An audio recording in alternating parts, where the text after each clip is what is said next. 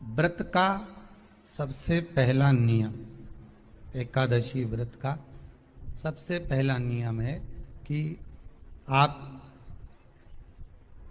जिस दिन व्रत करो उसके एक दिन पहले भक्ति का संचार इस हृदय में कर लो। भक्ति का संचार इस हृदय में कर लीजिए। जिस दिन आप व्रत करो, जैसे एकादशी का व्रत कर रहे हो तो दशमी के दिन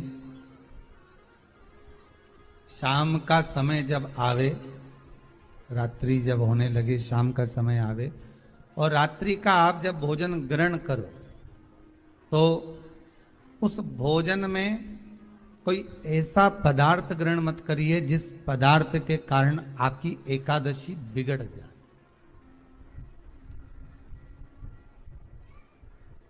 एकादशी का दूसरा नियम बहुत ध्यान से सुनिएगा। जिस दिन आपकी एकादशी का व्रत हो उस दिन प्रयास करिएगा कि अपने हाथ से किसी भी वृक्ष की कोई पत्ती टूटे ना। अपने हाथ से किसी भी वृक्ष की, पौधे की, किसी भी वृक्ष की पत्ती अपने हाथ से ना टूटे। बहुत ध्यान दीजिएगा महाराज। एकादशी का ये दूसरा नियम है कि अपने हाथ से किसी पौधे की, किसी वृक्ष की, किसी डाली की कोई पत्ती टूटे ना, कोई पत्ती ना टूटे, इसका प्रयास करिए। यहां पर तीसरे नंबर का जो, चौथे नंबर का जो उपाय बताया है, उपवास करने का जो नियम बताया, उसमें वर्णन किया एकादशी के दिन अगर आपका व्रत है तो आप भूलवश भी डब्बे में रखी हुई रोटी गाय को ना देते हुए कुछ थोड़ा सा फल, फलहार, कोई केला, कोई सेब, जो आप खाते हो, अंगूर, पपीता, जो आप ग्रहण कर रहे हो, उसका थोड़ा सा भाग आप गाय को प्रदान करो।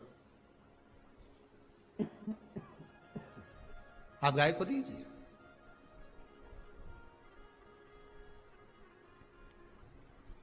रोटी ही दी है, डब्बे में से निकाल के ले गई, गाय आई है, रोटी देना, देव मना नहीं। बाकी के दिन आप आपके बेटे से कह दो रोटी दिया बेटा जा, पर आप अपने हाथों से, आपका व्रत है तो आप फलाहार आप कर रहे हो तो फलाहार का ही दान गौ माता को दीजिए।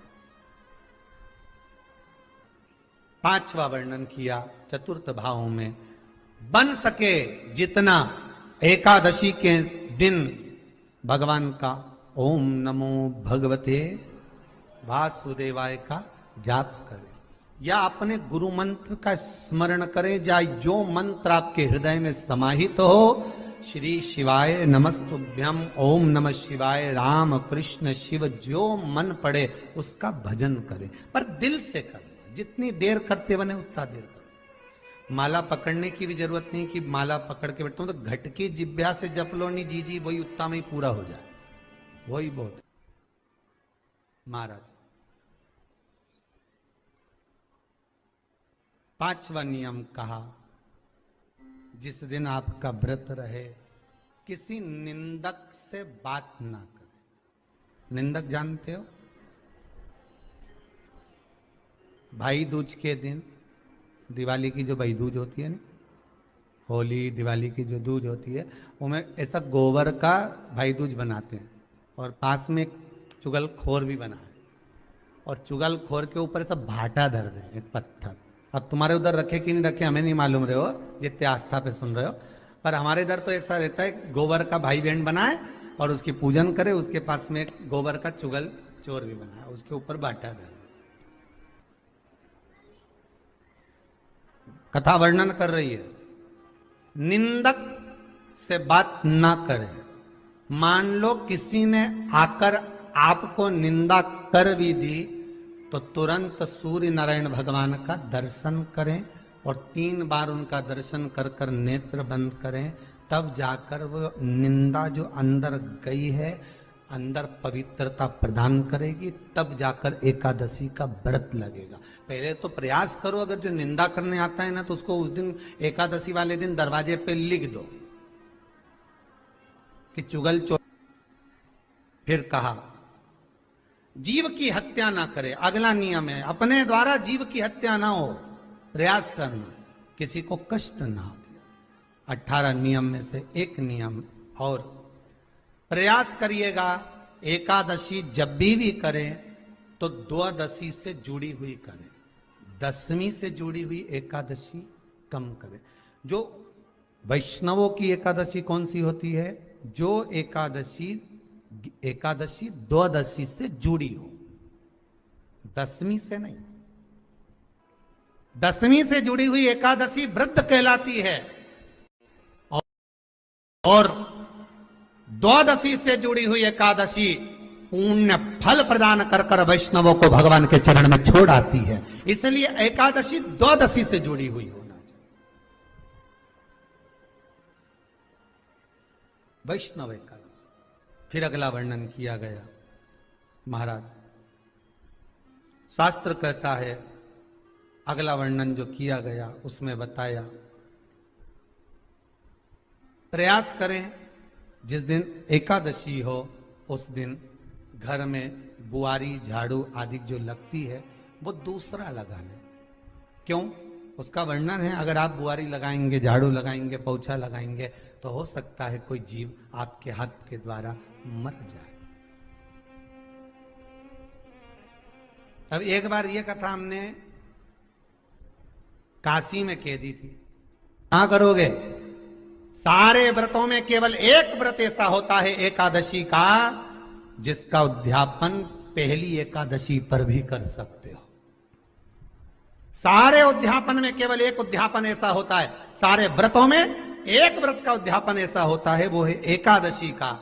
ये जरूरी नहीं कि 26 पूरी होगी तभी तुम करोगे, या तो पहली में ही कर लो या फिर 26 पूरी हो तब कर। पर उद्यापन, अब तुमको ऐसा लगे कि हाँ मैं अभी तो जीऊंगी हो, अभी तुम्हारा बाल भी धोला नहीं हुआ, तुमको ऐसा लगे तो अभी तो मैं तो बढ़िया, तो पहली पर करने से क्या फल मिलेगा? तो एकादशी की नियमावली कहती है, अगर मान लो आपने पहली एकादशी पर भी उद्यापन कर लिया, इसके बाद में जितनी एकादशी करोगे वो सारी तुम्हारे खाते में जुड़ती जाएगी। मतलब बैंक में खाता खोल लो, ठीक है? खाता खोल लिया, अब जितना कमाता जाओगा उसमें डालते जाओ, जितनी कमाई करके लाओगे उसमें जमा करते जाओ। एकादशी एक बार उद्यापन पहले में भी हो गया तो बाकी का पुण्य तुम्हारे खाते में आ जाएगा, उसका पुण्य। एकादशी का उद्यापन बड़े महीने में माघ शुक्ल एकादशी के दिन, माघ का महीना हो, शुक्ल पक्ष की, जम के बोलिए, एकादशी हो, प्रयास करना कि आप उद्यापन करें, भले 5, 10, 11, 12 जितनी एकादशी हो जाए, 26 हो जाए तो ज्यादा अच्छी है, नहीं तो आप करें तो माघ महीने की शुक्ल पक्ष की एकादशी के दिन आप उद्यापन करें। प्रयास रखें, प्रयास। बड़े महीने के अंतर्गत जो उद्यापन, हाँ चतुर्मास के अंतर्गत उद्यापन नहीं होता एकादशी का, बहुत ध्यान दीजिए हमारा। ये जो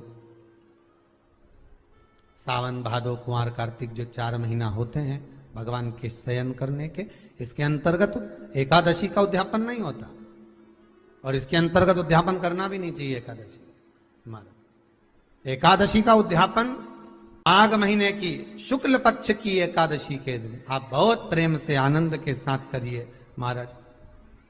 परंतु एकादशी के उद्यापन में सबसे ज्यादा अगर कुछ जरूरी होता है तो 24 तरह का नैवेद्य जरूरी होता है। कितने तरह का?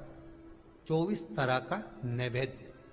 अब आप कहोगे गुरुजी उद्यापन हम कर रहे हैं एकादशी का, तो उसमें तो फलहार का हमें नैवेद्य बनाना चाहिए। तो फिर ये पुराण के अंतर्गत स्कंद पुराण में ये चीज लिखी है कि एकादशी का जब उद्यापन करते हैं तो 24 तरह का नैवेद्य बनाकर सिद्ध करते हैं। 24 तरह का नैवेद्य जान रख लेना, हलवा बना लो, खीर बना लो, पूड़ी बना लो, सब्जी बना लो, पकोड़ा बना लो, भजिया बना लो, ऐसे 24 तरह का नैवेद्य अलग अलग चाहिए। पर लोग क्या करते हैं, खोपरा पाक बनवा लेते हैं 1-2 किलो और 24 जगह रख देते हैं। स्वीकृत नहीं है। 24 तरह का नैवेद्य रखा जाता। महाराज एकादशी के दिन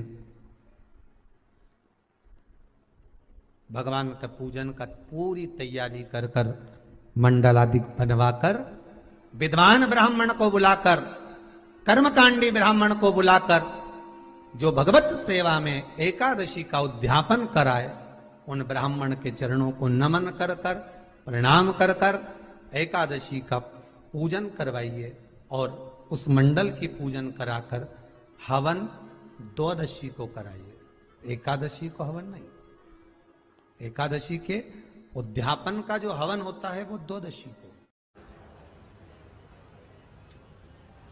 एकांत में रखा हुआ शिवलिंग, एकांत में रखे हुए शिव जी की पूजन 3 चीजें देती है। पहला, हमारी उम्र बढ़ाती है। दूसरा, बड़ी बीमारी शरीर में एकांत का शिवलिंग कभी नहीं आने देता। और तीसरा, हमारे जीवन में कभी वैभव की, सत्ता की और लक्ष्मी की कमी नहीं आने देता। ये एकांतेश्वर